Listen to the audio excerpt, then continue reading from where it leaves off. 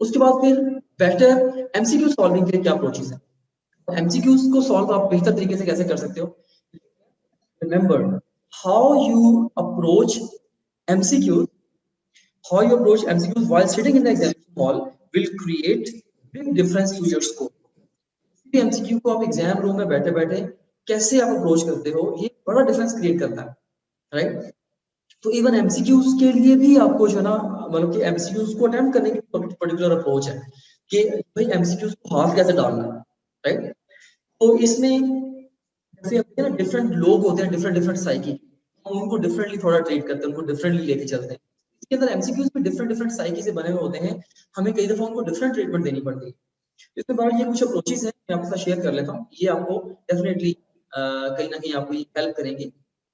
इसमें सबसे पहले be prepare to read fast and think on your own field, right. कि सोचें भाई मैंने स्पीड से पढ़ना और मैंने अपने बलबूते के ऊपर मैंने सोचना, किसी भी मदद की उम्मीद ना रखें और माइंड में सोच ले भाई मैंने स्पीड से रीडिंग करनी, स्पीड रीडिंग करनी, बिल्कुल स्लो लेजी एप्टीट्यूड अडॉप्ट नहीं करना। और सेकंड नंबर पे always have a backup plan. Backup plan से क्या मुराद है, प्लान ए आपके पास होना चाहिए, नहीं वर्क करता प्लान बी और plan C. Maybe plan B और प्लान सी किसी एक क्वेश्चन को अटेम्प्ट करते हुए आप सेकंड या थर्ड साइकिल में भी कर सकते हो, लेकिन आपका प्लान्स होने चाहिए। जैसे प्लान में शेयर कर देता हूँ, प्लान ए क्या है, सबसे पहले आपने किसी भी क्वेश्चन को कैसे लेके चलना है, स्टेटमेंट को पढ़ो और उसको समझ लो। अगर समझने के लिए आपको उसको उर्दू में या ऐसा इंग्लिश में परसीव कर लो, पंजाबी में, इवन पश्तो में भी आपको वर्ड ट्रांसलेट करना पड़ता है, जस्ट ट्रांसलेट दिस स्टेटमेंट और उसको अपने दिमाग में उसका मीनिंग बैठा लो, पढ़ते हुए साथ ही उसको ट्रांसलेट करो, दिमाग में उसका मीनिंग बैठा लो और उसको अंडरस्टैंड करो। अंडरस्टैंड करने के बाद फिर आप क्या करोगे, फिर आप क्वेश्चन को सॉल्व करोगे और आंसर को एंटिसिपेट करो। क्वेश्चन को सॉल्व करोगे और आंसर को एंटिसिपेट कर दोगे। लेकिन फर्स्ट करो कि अगर आपने एक स्टेटमेंट पढ़ी है, सिर्फ स्टेटमेंट पढ़ी है, आपने उसको अंडरस्टैंड नहीं कर पा रहे, अब आप क्या कर सकते हो, आप ऑप्शंस को पढ़ के दोबारा स्टेटमेंट पढ़ो, क्योंकि कई दफा जो पॉसिबल आंसर्स हैं वो भी स्टेटमेंट को समझा देते हैं बेहतर, राइट। तो पहले नंबर पे सबसे पहला काम क्या है, स्टेटमेंट को पढ़ के समझना। डायरेक्ट पढ़ के समझ आ गई बहुत अच्छा है, नहीं तो उसको ट्रांसलेट कर लो, नहीं समझ आ रही तो ऑप्शंस पढ़ के दोबारा पढ़ लो, लेकिन स्टेटमेंट को समझना जरूरी है। और उसके बाद फिर आप उसको समझ को जहन में रखते हुए आप क्वेश्चन को सॉल्व करो, आंसर को एंटिसिपेट करो, फिर ऑप्शन में से आप आंसर को जाके पिक करो, right. Then locate the answer. इस सीक्वेंस से जिस क्वेश्चन के आंसर तक आप पहुंच जाओगे, मोर देन 90% चांस ये है तो क्वेश्चन आपका ठीक ही होगा, राइट। अब फर्स्ट करें कि क्वेश्चन आपका इस तरीके से नहीं, आप उसको नहीं अटेम्प्ट कर पा रहे इस क्लासिक सीक्वेंस से, फिर आप क्वेश्चन को बैक सॉल्व कर सकते हो। बैक सॉल्व कैसे कर सकते हो, अब हर ऑप्शन को स्टेटमेंट कंसीडर करो और जो स्टेटमेंट है उसको पक्का जवाब कंसीडर करो। Hope that you understanding this thing कि से हमारे पास ये स्टेटमेंट है और ये ए बी सी डी चार ऑप्शन, मुझे पता है ये चीज तो पक्की है बिल्कुल इसके अंदर, तो मैं अगर इसके जरिए इस जवाब को आंसर करने की सबके जरिए मैं कोशिश कर लूंगा, मेरा ब्रेन थोड़ा सा डिफरेंट एंगल से जाके सोचेगा। Yes, this is back solve strategy. अब लोग बैक सॉल्व स्ट्रेटजी है, मैं खुद इस स्ट्रेटजी को मैंने सेवरल टाइम्स यूज किया है and it works well, right. So आप इसको भी यूज कर सकते हैं। उसके बाद ये प्लान सी क्या है, अगर खुदा ना खासा बैक सॉल्व के जरिए भी आप क्वेश्चन के आंसर तक नहीं पहुंच पा रहे, राइट, अब आप क्या कर सकते हो, अब आप लोग जो है एक एजुकेटेड गेस लगा सकते हो या आप क्वेश्चन को स्किप करके मूव ऑन कर सकते हो। लेकिन स्किपिंग को मैं पर्सनली लाइक नहीं करता, इसको क्यों नहीं लाइक करता इसको आगे चल के मैं डिस्कस करूंगा। स्किपिंग मेरे ख्याल से आपका ओवरऑल जो स्कोर है उसको डैमेज करती है। Fine, so next approach number 3 है कि एग्जाम में एमसीक्यूज को अटेम्प्ट करने के हवाले से आप लोगों ने ऑल 4 ऑप्शंस को रीड करना है before picking the right answer on your exam. सारे ऑप्शंस को आप लोगों ने रीड करके, अगर आपको लगे भी कि ए या बी ठीक है, फिर भी चारों को पढ़ के ही आपने ए या बी पिक करना है, क्योंकि कई दफा अगेन बेस्ट आंसर जो होता है वो लेटर उन्होंने रखा होता है, सी या डी है। लाइक अगर मैं आपसे कहता हूँ कि protons are present in, A option is matter, B option is element, C option is atom and D option is nucleus। देखो अगर आप मैटर एलिमेंट पढ़ के आप क्वेश्चन का आंसर पिक कर दोगे तो आपका गलत हो जाएगा, राइट। तो इसलिए आप लोगों ने सारे ऑप्शन को लाजमी पढ़ना होता है। फिर pick the answer in the right spot. Paper based टेस्टों में बहुत ज्यादा बड़ा मसला आता है, बच्चे ने क्वेश्चन नंबर 20 खाली छोड़ दिया, 21 का आंसर 20 पे लगा दिया, 22 का आंसर 21 के सामने लगा दिया, पूरी सीरीज गलत कर दी। हर साल सैकड़ों बच्चे सीरीज गलत करते हैं।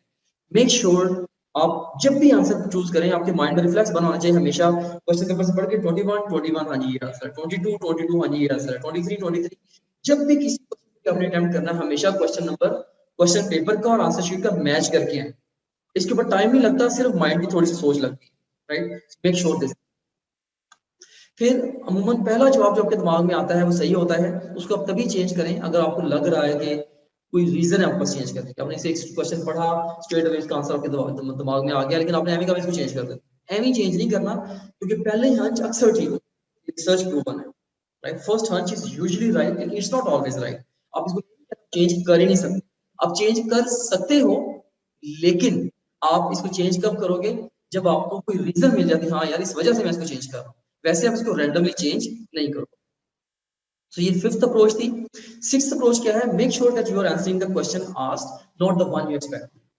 कि मेक श्योर आप उस क्वेश्चन को आंसर करो जो कि पूछा गया है, जो कि ना वो नहीं जो कि आपके दिमाग में। देखिए, there is a difference between law and medicine.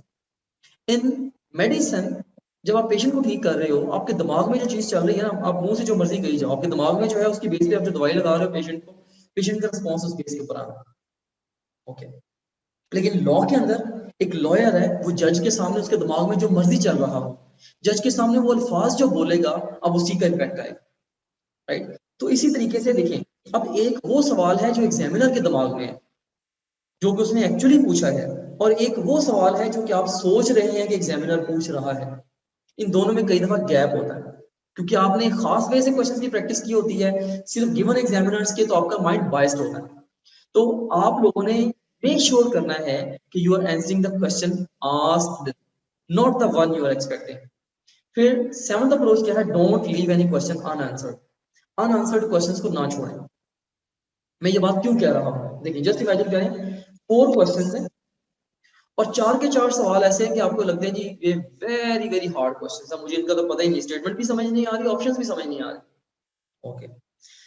अब अगर आप इन 4 सवालों को खाली छोड़ देंगे, आपके नंबर टोटल में से कितने माइनस होंगे? 4। अगर आप इन चारों सवालों को, अगर आप ये हर सवाल की 4 ऑप्शन है, हर सवाल को मैं कहता हूँ चारों को ऑप्शन आप सी लगा देते हैं या बी लगा देते हैं, आपकी प्रोबेबिलिटी क्या है कि आपके हर सवाल के ठीक होने की प्रोबेबिलिटी कितनी है? 25%। ये हर क्वेश्चन के अंदर 4 ऑप्शंस हैं। इसका मतलब ये हुआ कि 4 क्वेश्चंस में से चांस क्या है?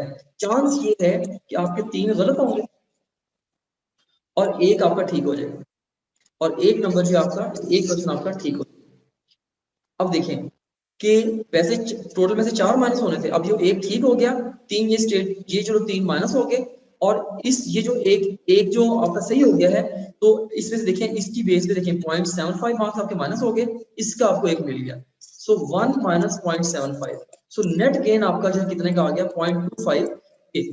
अगर आपने 4 सवालों को रैंडमली भी गैस कर दिया, बगैर पढ़े बगैर सोचे समझे एक ही चीज पिक कर दी, चांस ये है, स्टैट्स ये कहते हैं कि स्टिल आपका स्कोर थोड़ा सा ऐड होगा, right? So I hope that you have understood this thing. Questions को अनआंसर्ड नहीं छोड़ना। कब छोड़े अनआंसर्ड? पूरे पेपर में कितने क्वेश्चन अनआंसर्ड छोड़ सकते हैं आप लोग? आई वुड से ना ही छोड़े। अगर छोड़ना ही है, मैक्स 1 या 2 जिनके लिए आपको फील हो रहा है या गट फीलिंग है, तो होना ही गलत है, राइट? मुझे इसका कुछ भी नहीं पता, चलो मैं इतना अपने मार्क्स नहीं लूज करता, 0.25 मार्क्स। तो अदरवाइज अनअटेम्प्टेड ना छोड़ें, राइट? अनअटेम्प्टेड छोड़ना लॉस देता है। नेक्स्ट अप्रोच क्या है? अब वो क्वेश्चन जिनके अंदर ऑल ऑफ दीज ऑप्शन होगा, राइट? वेदर एनी, तो अब देखिए whether any of 3 options is incorrect. अब देखिए, अगर कोई भी क्वेश्चन जिसके अंदर ऑल ऑफ दीज है, अब अगर आप दिमाग में ये रखेंगे ना, बाकी तीनों में से कोई भी इनकरेक्ट है, अगर आपने इनकरेक्ट एक भी ढूंढ लिया ना तीनों ऑप्शंस में से, इसका मतलब है ऑल ऑफ दीज भी क्या, वो इनकरेक्ट भी क्या, तो सही जवाब बाकी 2 में से रह जाएगा। और एग्जैक्टली सेम अप्रोच है नन ऑफ दीज के लिए। अगर एक ऑप्शन नन ऑफ दीज आप देखें, बाकी तीनों में से कोई सही नहीं है, अगर एक भी सही निकला है इसका मतलब है नन ऑफ दीज, और वो दोनों वो ऑफ कोर्स रूल आउट हो जाएंगे एंड सो ऑन, राइट? इस तरीके से हम लोग प्ले कर सकते हैं। जैसे ये एग्जांपल भी है ऑक्सीडेशन केस। अब देखिए, आपको पता है कि एडिशन ऑफ ऑक्सीजन या रिमूवल ऑफ हाइड्रोजन इलेक्ट्रॉन या इंक्रीज इन ऑक्सीडेशन नंबर, यही ऑक्सीडेशन होगी। अब देखिए ऑक्सीडेशन फेज, अब ऑल ऑफ दीज है ना, हमने ऊपर क्या देखना है कि कौन सी स्टेटमेंट गलत है। अब इसमें देखिए लॉस ऑफ इलेक्ट्रॉन्स, हाँ ऑक्सीडेशन, ये एडिशन ऑफ ऑक्सीजन या लॉस ऑफ इलेक्ट्रॉन्स है, ये स्टेटमेंट ठीक है। तो गलत स्टेटमेंट कौन? एडिशन ऑफ हाइड्रोजन, नो, ये तो रिमूवल ऑफ हाइड्रोजन है, ये गलत है। अब देखिए जैसे मुझे नजर आया यार ये स्टेटमेंट गलत है, मैंने इसको क्रॉस कर दिया, साथ ही इसको भी क्रॉस कर दिया। अब मेरे पास ये बाकी 2 ऑप्शन बचे। अब इन दोनों ऑप्शंस में से ऑफ कोर्स मैं चूज कर सकता हूँ decrease in oxidation number, again ये भी मुझे पता है कि यार ये भी गलत है, तो अब मेरा answer ultimately loss of electrons बनेगा। राइट। तो इस तरीके से आप लोग जो है वो अपनी चॉइसेस को एलिमिनेट कर सकते हैं। नवी अप्रोच क्या है, read last line in question with long statement might be helpful. अगर आप कोई भी लंबा क्वेश्चन है ना उसकी लास्ट लाइन पहले पढ़ लो, बहुत ज्यादा हेल्पफुल हो सकती है। जैसे ये देखिए इतना लेंथी क्वेश्चन है, लंबी उसकी स्टेटमेंट, अब पूरा क्वेश्चन पढ़ के एंड पे जाके आपको पता चले अच्छा जी वो टाइम पीरियड पूछ रहा है। भाई अगर आप पहले आप लास्ट लाइन को पढ़ लो, time period of oscillation is, अच्छा भाई इसने पूछना टाइम पीरियड, तो आप जब पूरी अब इस पूरे क्वेश्चन को पढ़ने के बाद जो टाइम लगाओगे, आप इस सोच के साथ लगाओगे एंड पे टाइम पीरियड निकालो। समझ गए हो बात इसको? बहुत क्रूशियल पॉइंट है ये वाला। अगर बहुत लेंथी स्टेटमेंट है, लास्ट लाइन को पहले पढ़ के उसके ऊपर फिर आप लोग जब वो बाकी क्वेश्चन को पढ़ लो, तो इस तरीके से आप लोग बेहतर क्वेश्चन को कैरी कर पाते हो।